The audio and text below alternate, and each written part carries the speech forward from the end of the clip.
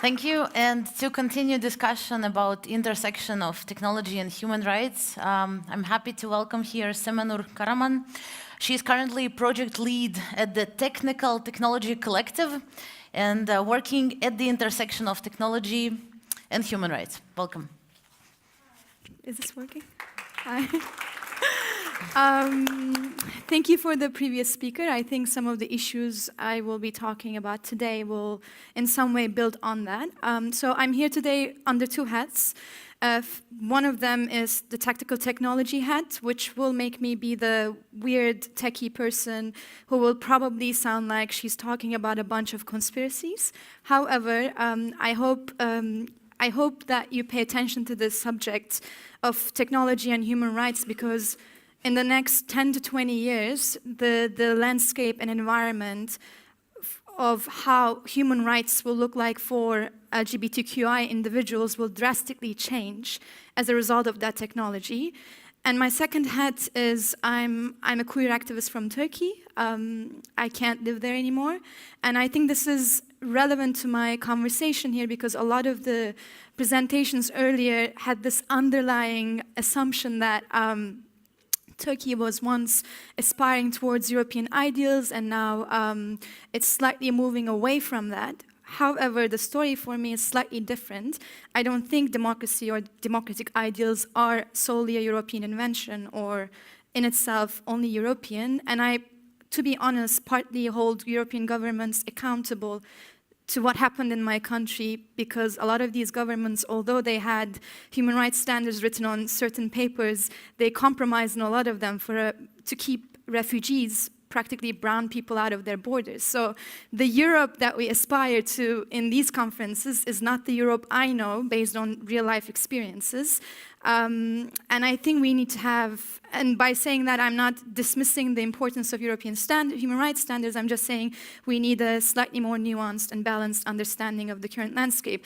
And that is specifically relevant to conversations about technology, because a lot of the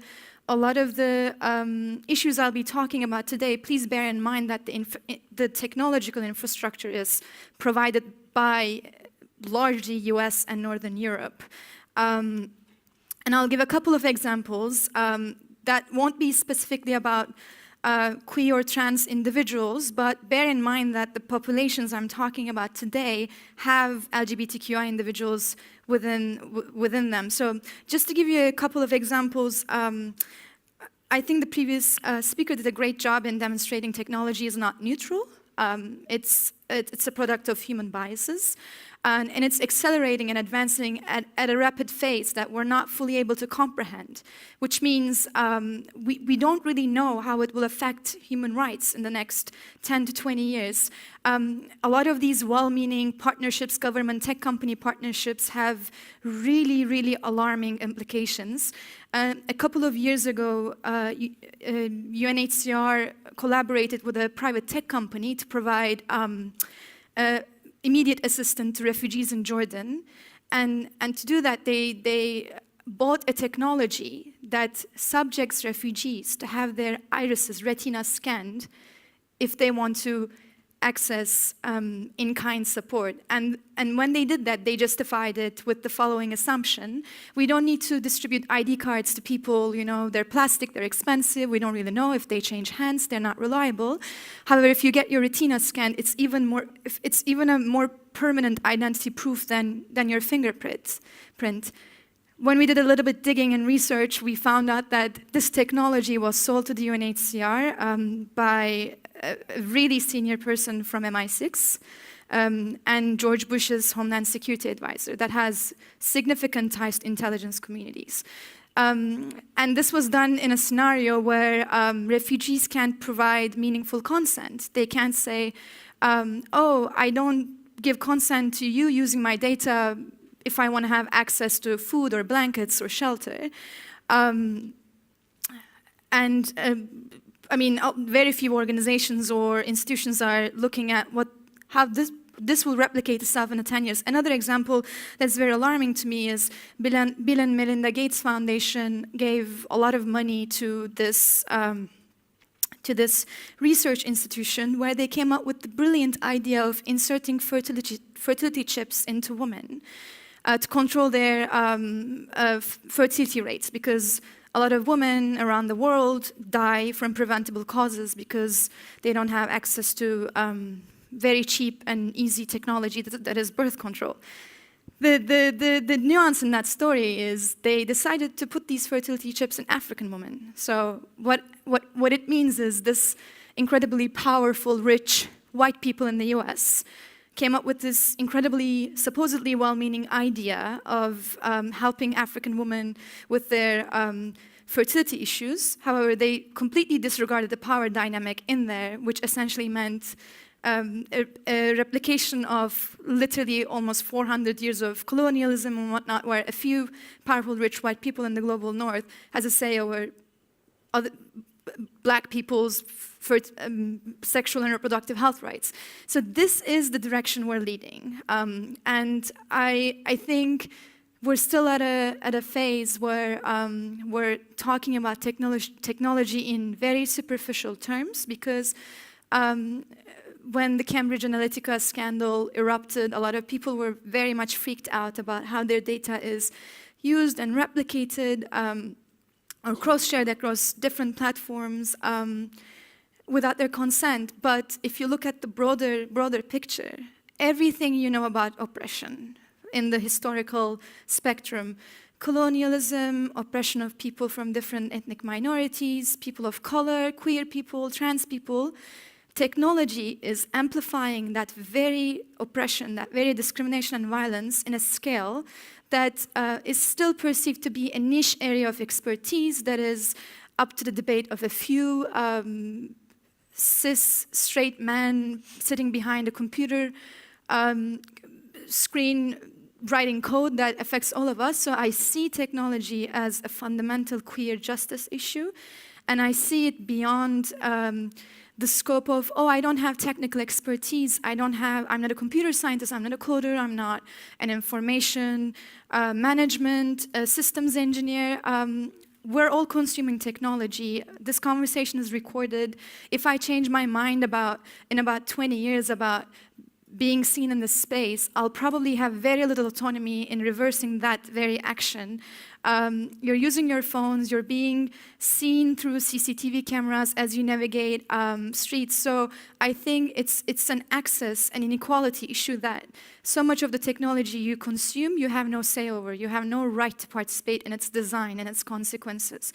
So with the GDPR, I think tech debates are now slightly becoming more mainstream, and I encourage all of you to follow the work of organizations like mine and others. People are doing amazing work in this field, and not a lot of these people are computer scientists or coders. I'm not a coder myself, but I think I have a say in how technology impacts my life as a queer immigrant woman living in Europe. And one thing that really specifically, concretely puts this in life for me is the issue of online harassment. That's why you're seeing on the slide there a recently launched project by Tactical Technology Collective, because, and I'm so glad also this little presentation is building on previous presentations on hate speech and freedom of assembly, because online harassment, when I was doing this research and process and going out there interviewing people, reviewing literature, I realized that people still don't perceive the violence that is happening online as real violence. Even the survivors themselves, they were like, they were, in my mind, separated in two groups. The first group was, someone is saying something nasty about me, it hurt my feelings, it shouldn't happen, but it's compared to what I go through as a trans woman on the street, it's nothing. The second group had an accelerated version of this type of violence, because this research demonstrates that the majority of the violence that happens online, A, it doesn't just happen once. B, it's the precursor to actual upcoming physical violence that might severely put someone under risk. And the second group of people I experienced that I had experience working with were journalists, whistleblowers, very publicly visible LGBTQI activists, either in their home countries or in their host countries because they can no longer work there for security reasons.